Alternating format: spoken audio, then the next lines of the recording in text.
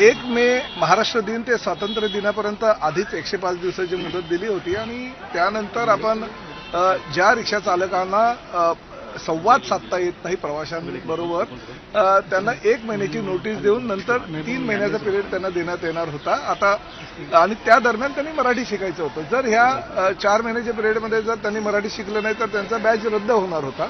परंतु माननीय मुख्यमंत्री हे आमच्या महायुतीचे सर्वोच्च नेते आहेत, राज्याचे मुख्यमंत्री आहेत. त्यांनी जो निर्णय घेतला तो निर्णय आम्हाला सगळ्यांना बंधनकारक असतो आणि त्यामुळे त्यानुसार ही कारवाई होईल. परंतु हा झाला मराठीचा मुद्दा. मराठीच्या विषयावर माननीय मुख्यमंत्र्यांनी 1 वर्षाची मुदतवाढ दिलेली आहे. आम्ही त्या पद्धतीनं कारवाई आमच्या आरटीओच्या डिपार्टमेंटच्या माध्यमातून करू. परंतु मुदतवाढ दिली म्हणजे सगळं काही संपलं असं नाही. त्यांना मराठी हे शिकावंच लागेल. कारण 12 ऑगस्ट 2026 रोजी जो शासन निर्णय झालेला आहे त्या शासन निर्णयानुसार ज्या ज्या रिक्षा चालकांना आणि टॅक्सी चालकांना किंवा ओला उबेर रॅपिडो ह्यांना महाराष्ट्रामध्ये व्यवसाय करायचा आहे, महाराष्ट्रातील प्रवाशांशी संवाद साधायचा आहे, त्यांना मराठी जुजबी मराठी बोलणं आवश्यक आहे. त्यामुळे आम्ही कोकण मराठी साहित्य परिषद, मुंबई मराठी साहित्य संघाच्या वतीनं राज्यभर हिंदू हृदय सम्राट बाळासाहेब ठाकरे यांच्या नावानं मराठी भाषा अभियान आम्ही चालू केलेलं आहे. मधु मंगेश कर्णिकांनी सुद्धा त्या ठिकाणी आमच्या आव्हानाला प्रतिसाद दिला. ही आम्ही मोहीम जी आहे पुढे चालू करू असं सांगितलं.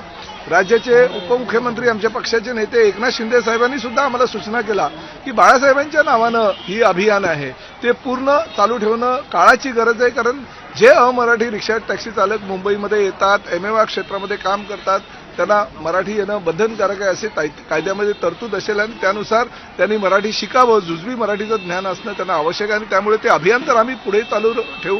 राज्यामध्ये 1800 शिक्षक आणि त्याचबरोबर 180 वर्ग हे आम्ही आता चालू ठेवलेलेच आहेत. त्यामध्ये त्यांनी प्रशिक्षण घ्यावं. माननीय मुख्यमंत्र्यांनी 1 वर्षाची मुदत दिली आहे आणि त्यानंतर परत तुम्ही मुदत मागाल तर ते योग्य होणार नाही. मुख्यमंत्र्यांनी दिलेला निर्णय आम्हाला सगळ्यांना बंधनकारक असतो मंत्री म्हणून आणि त्यामुळे ह्या अभियानाच्या माध्यमातून त्यांना मराठी हे शिकावंच लागेल. कारण महाराष्ट्रामध्ये व्यवसाय करायचा असेल, महाराष्ट्रामध्ये तुम्हाला रोजीरोटी कमवायची असेल तर मराठी अनिवार्य आहे. ही परिवहन खात्याची भूमिका आणि ही शिवसेनेची कायम भूमिका आहे. परंतु मुख्यमंत्र्यांनी जर त्यांना 1 वर्षाची मुदत दिली असेल तर तो निर्णय आम्हाला बंधनकारक आहे. 2 ते 3 दिवसापूर्वी तुम्ही शिष्टमंडळासोबत बैठक घेतली होती, जे काही ऑटो टॅक्सी चालक होते. त्यानंतर काही बातम्या माहिती अशी आली होती की 4 महिन्याची मुदतवाढ देण्यात आलेली नाही. बघा, कायद्यामध्ये तरतूद अशी आहे, 12 ऑगस्ट 2026चा जो कायदा आहे, नोटीस दिल्यानंतर 1 महिन्याची पिरियड, 1 महिन्याच्या पिरियडमध्ये त्यांनी मराठी शिकावं. त्यानंतर 3 महिन्याची नोटीस देण्यात येईल जर तुम्हाला मराठी आलं नाही 1 महिन्यामध्ये तर. परंतु ती नोटीस देत असताना त्यांचं बॅच 3 महिन्याकरता निलंबित करण्याची कायद्यात तरतूद आहे आणि त्यामुळे ते 4 महिने सलग मिळत होते.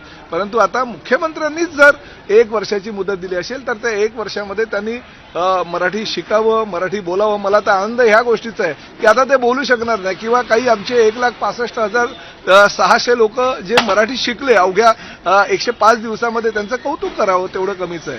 त्यांना आता 1 वर्षाची वेळ मिळेल. म्हणजे आता आम्हाला असं वाटायला लागलं की आमचे अमराठी रिक्षा चालक आणि मालक जे आहेत ते फटाफट आमच्यापेक्षा चांगल्या पद्धतीनं वर्षभरामध्ये मराठी बोलू शकतील. त्यामुळे त्या गोष्टीचा आनंद आहे. बघा, हे महायुतीचं सरकार आहे, रोजगार निर्माण करणारं सरकार आहे, रोजगार हिरावून घेणार नाही.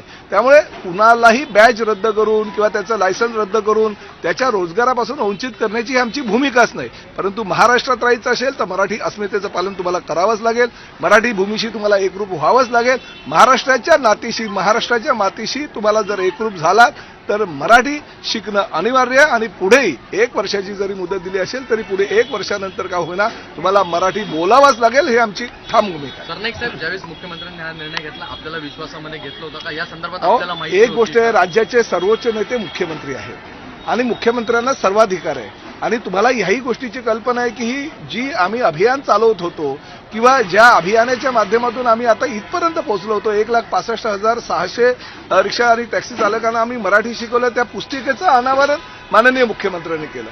जेव्हा पुस्तिकेचं अनावरण केलं त्याच वेळेस मला मुख्यमंत्र्यांनी सांगितलं की प्रताप यांना आपल्याला वेळ द्यायला हवा. कारण एवढ्या दिवसामध्ये ते जर शिकले नसतील तर काही आपण वेळ दिल्यानंतर त्यांना शिकता येईल आणि त्यामुळे ती 105 दिवसाची मुदत दिली होती. परंतु काही लोक हे आमचे वर्ग कमी पडले असतील किंवा आमचे क्लासेस कमी पडले असतील, शिक्षक कमी पडले असतील म्हणून ते शिकू शकले नसतील. कारण 1,65,000 नाही तर राज्यामध्ये जवळजवळ 10 लाखाच्या आसपास रिक्षा टॅक्सी चालवणारे ही आमचे अमराठी लोक आहेत.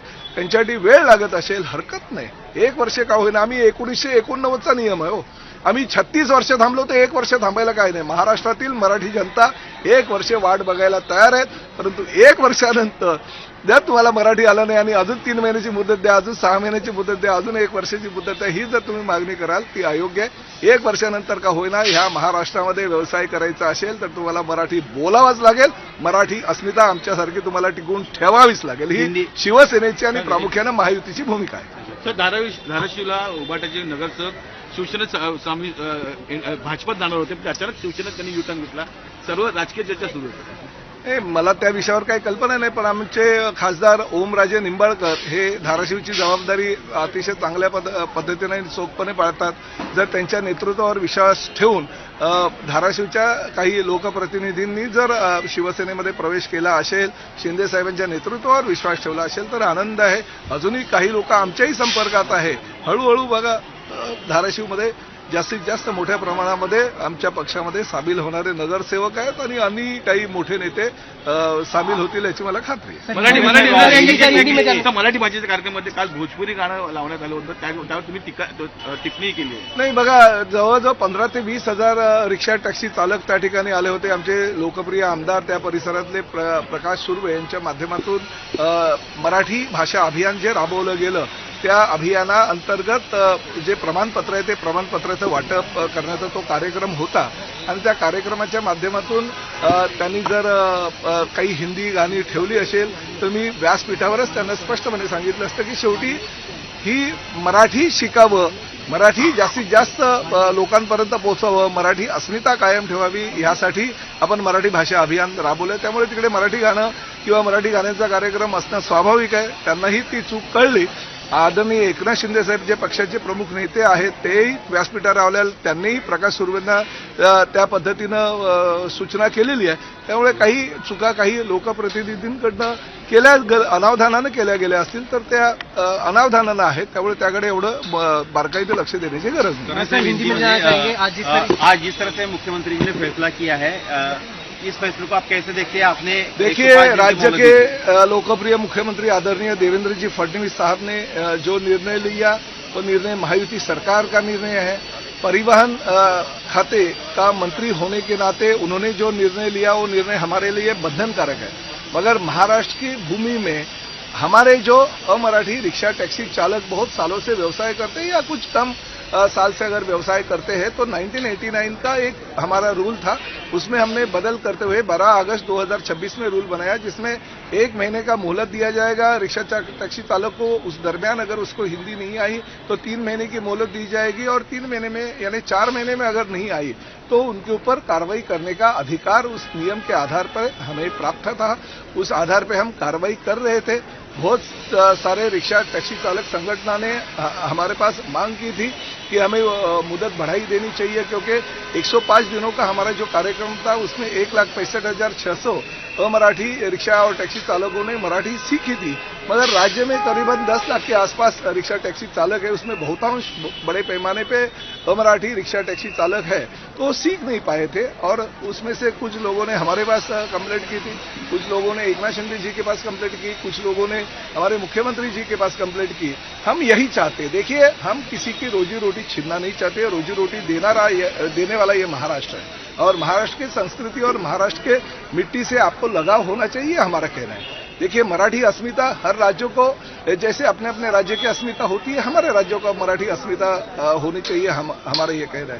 मुख्यमंत्री ने ये जो योजना है पूरी रद्द करने की घोषणा नहीं की बल्कि मुदत दे दी है. तो आप भी समझना चाहिए कि कम समय में अगर वो सीख नहीं पाए तो उनके रोजी रोटी के ऊपर आ जा सकती है. इसलिए उन्होंने जो निर्णय लिया वो निर्णय हमें बंधनकारक है. मगर एक बात हम यही कहना चाहते हैं कि हम पहले कहते थे कि चलो 3-4 महीने में सीख जाएंगे, नहीं सीख पाए. अभी भी हम बाला साहब ठाकरे जी के नाम का जो अभियान है वो अभियान के माध्यम से 1 साल हम और मराठी सिखाएंगे, 180 हम क्लासेस चलाएंगे, 1800 शिक्षक वर्ग जो है वो तैनात करेंगे पूरे महाराष्ट्र में।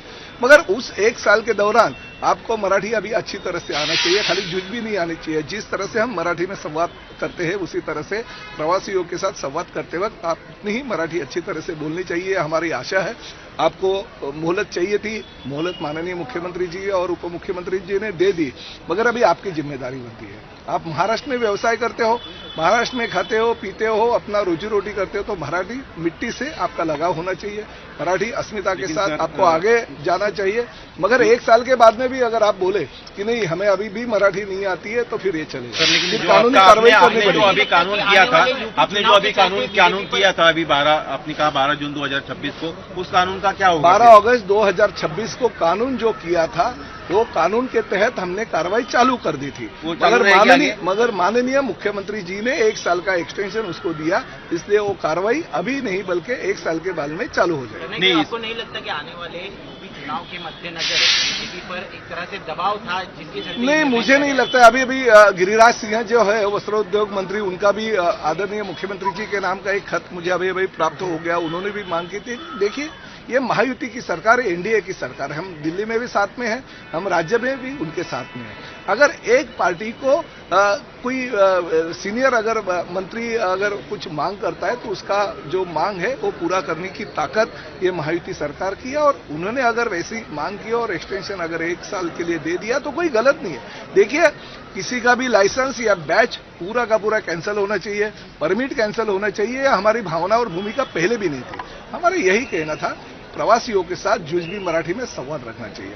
ठीक है, 1989 से आप अगर 36 ईयर में सीख नहीं पाए तो 1 साल का एक्सटेंशन अगर माननीय मुख्यमंत्री जी ने दिया तो आपको अभी 1 साल में ये सीखना ही चाहिए। मगर 1 साल के बाद में अगर आप वापस बोलोगे कि नहीं और मोहलत चाहिए तो मोहलत नहीं दी जाएगी। मैं इतना ही आज कहना चाहता हूं और ये भी कहना चाहता हूं, ये सिर्फ मराठी के लिए है। अगर रिक्शा टैक्सी वाले मराठी के नाम पे कुछ गलत करेंगे, हम जो प्रवासी है उनके साथ संवाद बराबर नहीं रखेंगे, वो उनका जो भाड़ा है वो नहीं लेंगे, गलत तरीके से रिक्शा और टैक्सी चलाएंगे, साथ ही में जो परमिट है या लाइसेंस है वो बैच है उसके बिना अगर गाड़ी चलाएंगे तो आरटीओ को कानूनी कार्रवाई कानून के हिसाब से करनी पड़ेगी। ऐसा मत समझिए कि कुछ कार्रवाई नहीं होगी, ये सिर्फ मराठी के लिए एक्सटेंशन दिया, कानूनी कार्रवाई के लिए नहीं। Thank you.